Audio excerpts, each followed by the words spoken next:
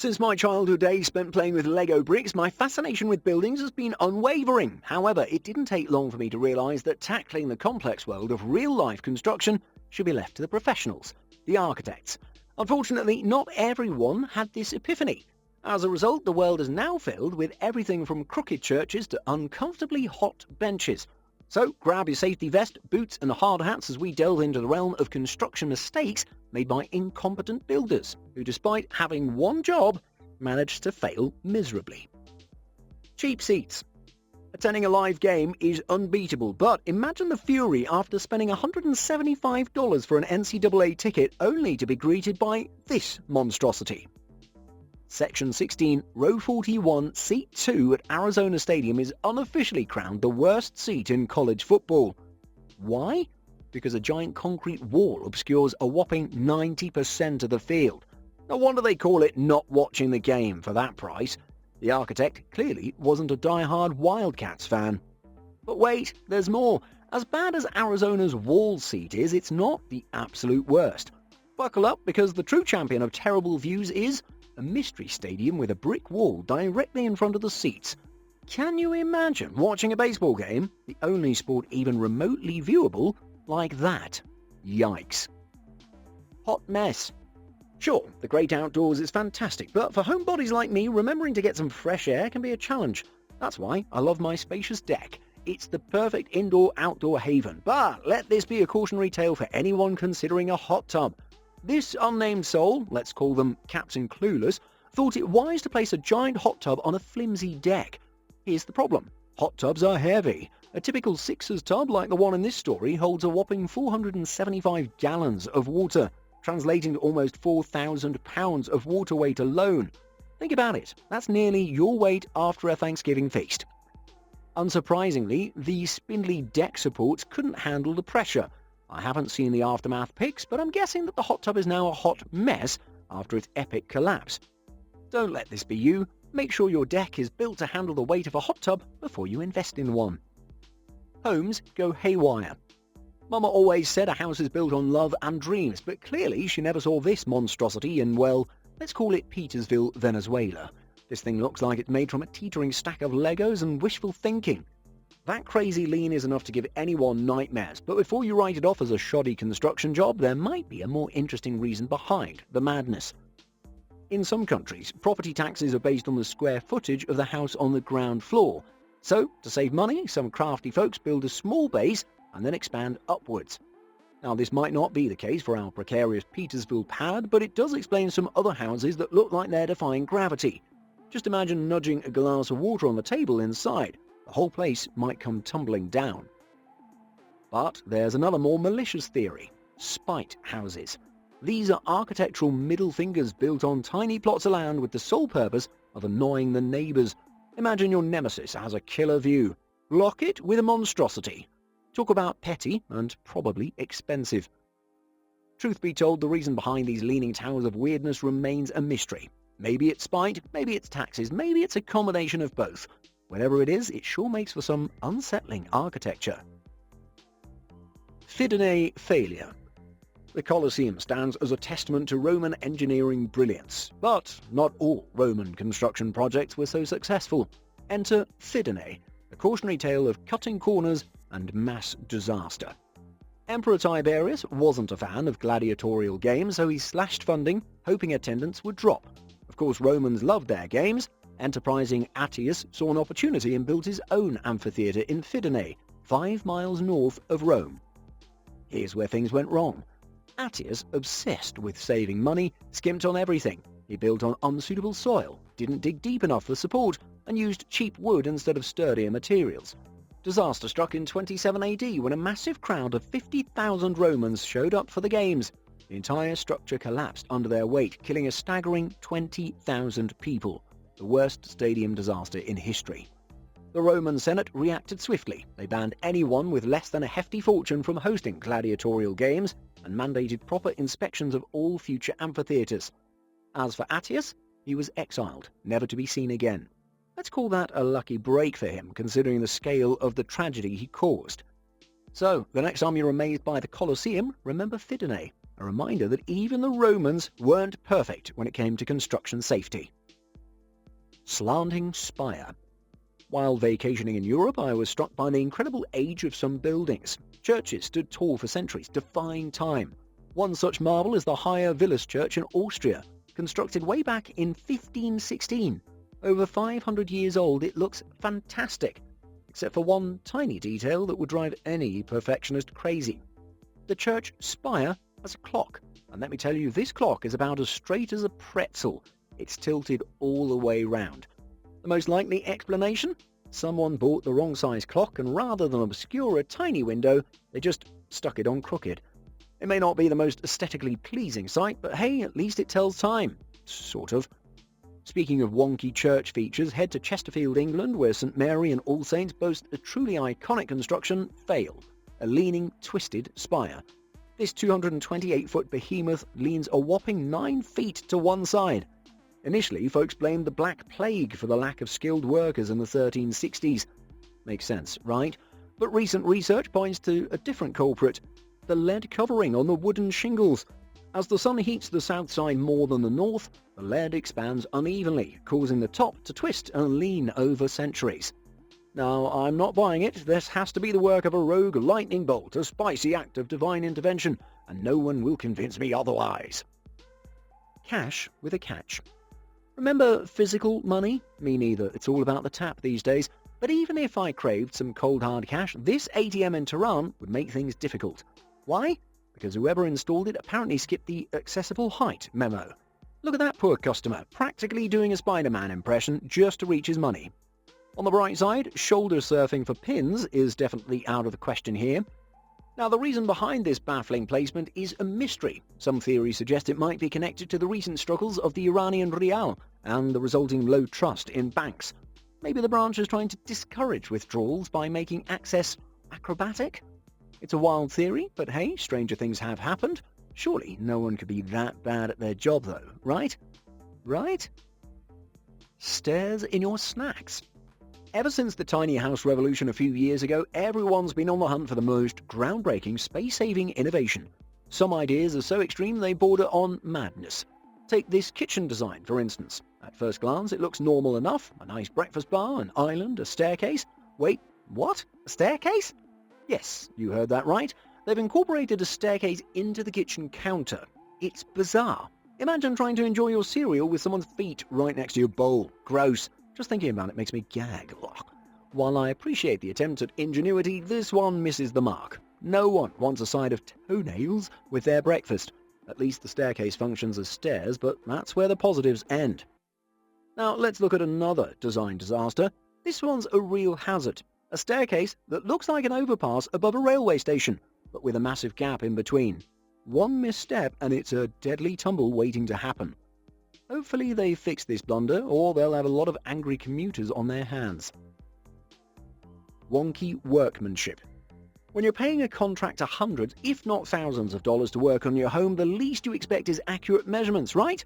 Well, some folks can't even manage that.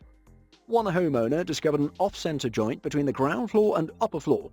While the building might be structurally sound, I'd never feel completely at ease in that house again. But that's not the worst design blunder. Another homeowner came home to find a new kitchen sink fitted with every angle wrong. How does this even happen? Maybe the countertop was pre-cut for another job and the homeowner got it for a steal. Was it worth it? Hard to say. Another possibility is the countertop was installed upside down. Flipping it might make it look straighter. To me, it seems this sink was designed for someone with one arm significantly longer than the other. It's almost heartwarming to think that old Leonardo Longarm can finally do the dishes in peace. Hot seats. Ah, summer. Time to hit the beach. Speedo on? Maybe not. Coconut in hand and sunscreen ready. But hold on. Sun worshippers near Sydney Airport, Australia, beware. There's a fiery danger lurking. Metal benches. So what, you ask? They might be a little grimy, but harmless, right? Wrong. Sydney temperatures can soar past 104 degrees Fahrenheit, turning those metal benches into sizzling skillets. Imagine the fate of your poor backside. Just picture the sound of sizzling as you make contact. Ouch. Maybe, if you're incredibly weary, a quick sit might be tempting. but be prepared to leave a permanent impression, or worse, a chunk of your anatomy. Here's the solution. Unless you fancy branding your backside, avoid these metal scorchers at all costs. Seek out some shaded refuge, a nice towel on the sand, or maybe invest in a portable beach chair. Your skin and your dignity will thank you for it. Bath time, bedtime. Anyone who's moved recently knows what a hassle it can be. With everything so expensive, my dollars don't stretch as far as they used to. So I was excited when I found an ad for a cozy one-bedroom flat with ample storage and a private bathroom. But when I showed up, I was confronted with this monstrosity. Some greedy landlord built a bunk bed above the bath. Yuck. In my area, they'd still charge $400 a week for this dump. Sure, some people might appreciate the convenience, but those fuzzy black dots on your pillowcase? That's mold. Your bed sheets would constantly be damp and musty. I don't know any self-respecting adult who enjoys sleeping on a soggy mattress. I only do it when I have night terrors. Whoever you are, you deserve better than this. I shudder to think what other space-saving alterations are in this place. Do you wash your hands in the toilet too? Ugh, gross. Sinking feeling. Have you ever wished for a convenient charging port within arm's reach while washing dishes? Yeah, me neither, that's just dangerous.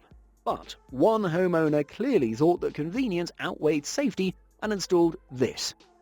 Ugh, some people really test my patience. Unless you want an electrifying experience while doing the dishes, keep your outlets as far away from the sink as possible. I really hope this is a prank and not a real power socket. You can buy fake outlets that stick to any surface, so I'm going to assume someone stuck one inside the sink as a joke. At least that makes me feel a little better. Otherwise, I'd be utterly shocked at the state of humanity. To the window! I'm convinced Ohio isn't a real place. It's a government simulation designed to distract us from the truth. Don't believe me? Then explain this bizarre building. That single tiny window screams glitch in the Matrix. Sadly, my theory falls apart quickly. This is the Cleveland Athletic Club in Ohio, and pedestrians have wondered for years why one of its walls has just one lonely window. It certainly wasn't built this way. Here it is in 1911, and there's nothing but wall. At some point, someone added a solitary window into the side. Pretty weird, right? There are thousands of myths, with the most bizarre being that a disgruntled former employee supposedly smashed through the wall with a hammer. Personally, I'd guess the internal layout of the building was changed, creating a room without a window. For a skilled worker, cutting a new window wouldn't be too hard. Still, it seems strange that such a renovation would only result in one new window, doesn't it? Do you know the real answer? Let me know your thoughts in the comments. The baffling fire hydrant. We all like to believe we'd be cool, calm and collected in an emergency, but even the most level-headed person might struggle with this fire safety oddity. A Chinese fire hydrant with a problematic handrail. Look closely at the handrail. It's attached right in front of the hydrant's outlet, where firefighters would need to connect their hose. This design flaw creates a serious obstacle in a crucial moment. Sure, maybe the handrail can be disassembled in some way, but in a fire, who has the time or presence of mind to fiddle with metal pipes? Every second counts, and this design could delay firefighting efforts. Here's the thing. Fire safety equipment needs to be functional and user-friendly. This hydrant design prioritizes aesthetics over functionality, potentially putting lives at risk. Cars of the future. The world is filled with good and bad drivers. Having only crashed my car 4 times this year, I'd say I'm getting pretty good, haha! But none of my far-fetched fender benders are quite as strange as this garage door I saw in Philadelphia, Pennsylvania. It takes a certain kind of person to crash into a stationary object. I should know, I've done it plenty of times. But it takes someone really special to crash into one 3 stories high. This 3rd-story garage door seems to have sustained damage from the outside. So many questions. Okay. Calm down. Flying cars don't exist. Well, you know, they're getting there. Historically, many old buildings had delivery doors on their second floors for grain or hay to be delivered via a pulley system, sparing the grueling work of carrying heavy bags up the stairs. If I had to guess, I'd say this building might have been an old bakery, and at some point the new owner decided to stick a garage door in the hole instead. I can't lie, cracking that bad boy open in the summertime and letting in a cool breeze must be heavenly. As far as how it got that big dent in it, though, it's Philly, man. Your guess is as good as mine. Poor privacy. The older I get, the more I value my privacy. I don't want anyone poking their nose into my business. If you're like me and you want to keep the outside world out, think twice before hiring either of these next contractors. One homeowner in Utah extended their driveway and had to get their front gate redone. However, what they got won't keep anyone out. Take a look. Whoa, is this real life or a video game glitch? You could ride a horse through that gap. What a goof. At least it's just one panel, unlike this problematic partition. This is some of the worst workmanship I've ever seen. Instead of giving this Massachusetts homeowner a clean, even fence up the hill, the builders saw-toothed every single panel. It looks like these panels aren't even the same size. Yikes. It just goes to show that if you're getting work done on your property, the cheaper deal isn't always worth it. Sometimes it's better to pay a little extra to avoid an eyesore. Stairway to heaven. One thing I'm not a big fan of is heights. Ugh, my legs feel like jelly just thinking about it. So imagine how I felt when I saw this terrifying staircase on the outside of a skyscraper. I don't care how broken the lift is, there's no way I'm taking those stairs. This is the Kongas house in Biel, Switzerland, and luckily for me and my undies, these stairs aren't functional. Oh, thank goodness. It's an art installation designed by Swiss-based artists Lang & Baumann. They installed two 6-foot doors and a 17-foot staircase 2/3 of the way up the 164-foot tall building. Hold up, only 164 feet. Why does it look so tall then? Well, the building design features many clever tricks of perspective. See these grid windows? They create the appearance of many floors, giving the building the illusion of being really tall. How smart is that? The external staircase helps to draw the eye upwards by offering a break to the flat concrete surface, further adding to the illusion. Plus, it makes for a great talking point. I mean, they fooled me, and I'm pretty smart. You know what? This has won me over. I'm going to say this is actually genius. Just don't make me walk on it, or there'll be trouble. Doors of confusion. Heartbreak sucks. I should know, I've had a few. But people always tell me when one door closes, another door opens. And it's true, I can't even remember what wife I'm on now. Just kidding. Recently, though, I found an exception to the rule. Check this out. Wow. Is it open? Is it closed? Who knows? Jokes aside, this is one of the stupidest things I've ever seen. There's got to be a 4-inch gap. Whoever installed this door didn't realise it was the wrong size until they'd already attached all 3 hinges. But hey, maybe I'm being quick to judge. Could this be the work of some genius dad who's sick of his kids slamming doors all the time? I just hope it's not the bathroom door. That would compromise my private pooping. Still, at least it's a door. It's an easy fix, right? Not like, say, a pillar. What? This is outside the Oldie World Bagel and Deli in Colorado Springs. Some keen-eyed onlookers noticed that the support pillar isn't actually supporting anything. It's just floating there. There's a bigger hole there than in their bagels. Sheesh. The pillar was probably added later as a purely decorative feature, but it'd sure bug me knowing there's a massive gap for everyone to see. Hey, maybe on special holidays they fill the gap with cream cheese and lox. Now that sounds delicious. Really bad idea. Life can be tough for people with disabilities. Society has made some progress in recent years, but occasionally you come across something so poorly designed it highlights just how much further we still need to go. Check out this wheelchair ramp in Cabo, Mexico. Yikes. Accessibility is crucial, but hauling yourself up this steep ramp would be exhausting. And going down? That poor person would likely break the sound barrier before crashing into an inconsiderately placed potted plant. Now that's what I'd call a face plant. Jokes aside, this must violate practically every building code I can think of. Shame on you, Mexico. Do better. If you thought that was bad, wait until you see this monumental blunder. They've marked a disabled parking bay, but it's surrounded by a massive concrete ridge. How's anyone supposed to get in or out? Beats me. It seems like many of these responsible are just trying to look good, because unless you're parking a unicycle, this is absolutely useless. Ugh. How much of a dum-dum do you have to be to miss this? Alright, we've made it through without a splinter in sight. Let me know which of these calamitous constructions was your favourite in the comments below. Thanks for watching.